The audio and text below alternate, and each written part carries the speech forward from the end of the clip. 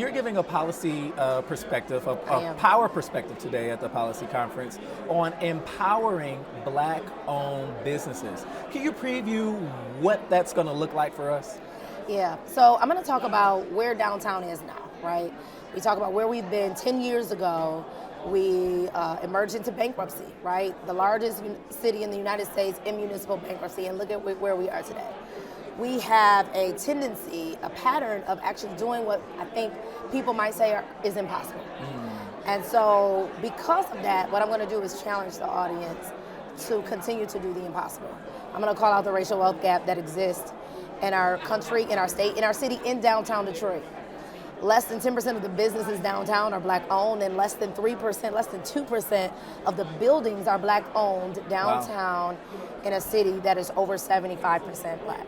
How do we get there? How does that happen in a city that is over 75% Black? How do we get there, right? So this story is not unique to Detroit. In fact, we probably have more Black-owned businesses in downtown Detroit than maybe a downtown Chicago or downtown New York, Manhattan, right? But the story is the same, and it's in every major city across the country. And it started when enslaved Africans were brought to this country, and then you had decades and generations of discrimination and legal prohibition of Black people to acquire land.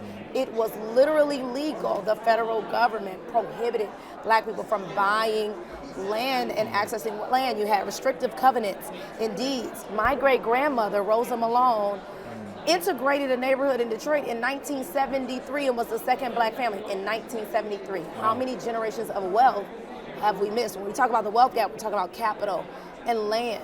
We didn't get the Fair Housing Act until 1968. 1968.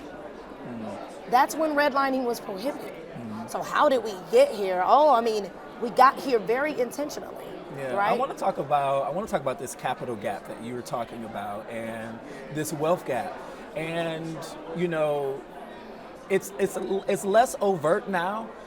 Banks love the word risk, and we know that risk sort of has a color. What are you seeing? What are your members seeing? What we're seeing is that Black businesses still do not have access to capital. And I think risk is subjective. Risk has always been subjective. Credit has always been subjective. We hear stories time and time again of our members that are trying to acquire property for development deals. For some folks, the risk is more than the other folks, and the only difference is the color of their skin. And until we have real transformative reform at the federal level, we're always going to be behind. What we're trying to do with the Metro Detroit Black Business Alliance is do what we can within our limited power. But at the end of the day, the problem of racism and the problem of the racial wealth gap should not be on the burdens of Black people, right? Yeah. How do we get ourselves out of the tunnel that we did not put ourselves in? Wow. And until the United States government and until corporate America identifies this as a problem for them to solve, we're going to continue to be putting Band-Aids on. And we're doing the best. We got the best Band-Aids possible, but we've got to advocate for policies, and we need real policy change in order to help close that wealth gap. Well, it's a tall order, and here at the policy conference, you have the corporate community, you have the government community, the philanthropic community, all of these folks who have their hands on the levers of power that can change some of the systems of inequities that you are highlighting. How are you feeling about laying bare I'm going to sit on this stage. Yeah. I'm going to stand on the stage, and I am going to talk about Black bottom. And I'm going to talk about the removal of Black businesses in a neighborhood. And then I'm going to ask the corporate community to find those descendants of those Black businesses and give them land. I'm going to say that today. Wow.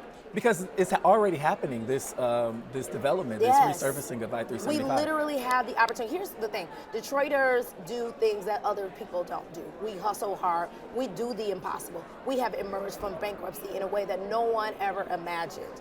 Why can't we close the wealth gap? Yeah. Why can't we be first? Why can't we be a model for the nation?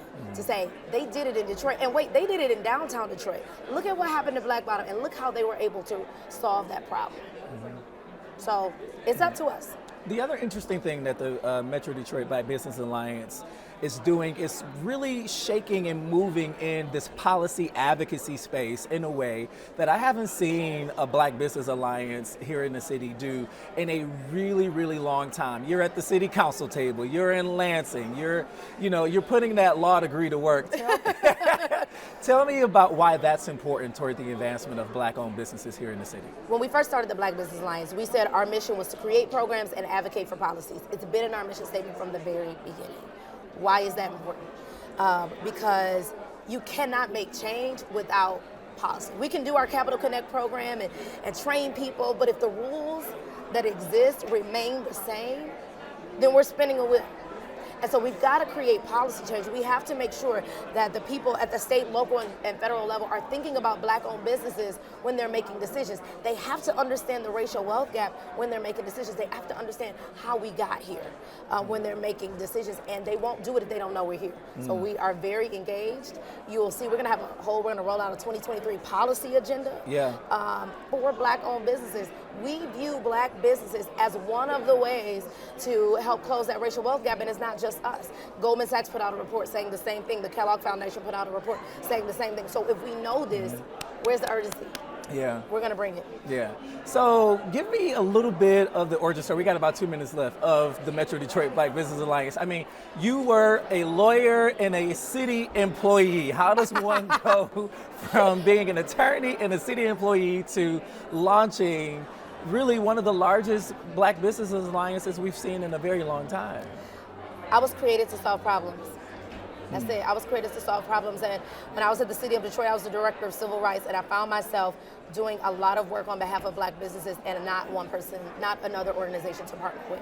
There were other organizations we would reach out, but no one that was really doing the work. And so I thought, well, this doesn't make sense. We're convening Black business, but I'm convening them on the behalf of the city, and I'm not helping them convene on their own.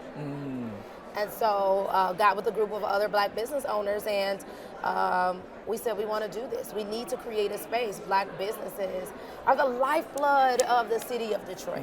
They bring jobs. They hire Detroiters. They revitalize commercial corridors. They need a voice, and they need a loud one. And so I'm kind of loud.